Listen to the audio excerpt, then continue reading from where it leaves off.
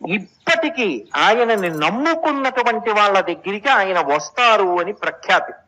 ఆయన గురించి చెప్పుకుంటుంటే సభలో ఏదో ఒక రూపంలో ప్రవేశిస్తారు అని చెప్తారు. దత్తాత్రేయుల వారి ఉపాసన పరమాద్భుతమైనటువంటి ఉపాసన. ఆయన ఎక్కువగా గురుతత్వంగా నిలబడతారు. యథార్థములకు భగవంతుడు గొప్పవాడా గురువు గొప్పవాడా అంటే భగవంతుడి కన్నా గురువే గొప్పవాడు. ఎందుచేత అంటే గురువు జ్ఞానమిస్తాడు, మళ్ళీ ఇక పుట్టవలసిన అవసరం లేని స్థితికి గురువు పైకెత్తుతాడు. అంటే దాని ఉద్దేశం గురువు కోర్కెలు తీర్చలేడు అని కాదు. కోర్కెల కన్నా చాలా గొప్ప విషయం ఏమిటి అంటే జ్ఞానం ఇవ్వడం. దానికి అడగక్కర్లేదు, సిద్ధంగా ఉంటాడు ఆయన. అలా కూర్చునేటటువంటి గురువు దగ్గర జ్ఞానాన్ని పొందడం అన్నిటికన్నా గొప్ప విశేషం. మహానుభావుడైనటువంటి దత్తాత్రేయ స్వామి వారు గురుస్వరూపంలో కూర్చుని ఉంటారు. అందుకే ఆయన జ్ఞానప్రదాత.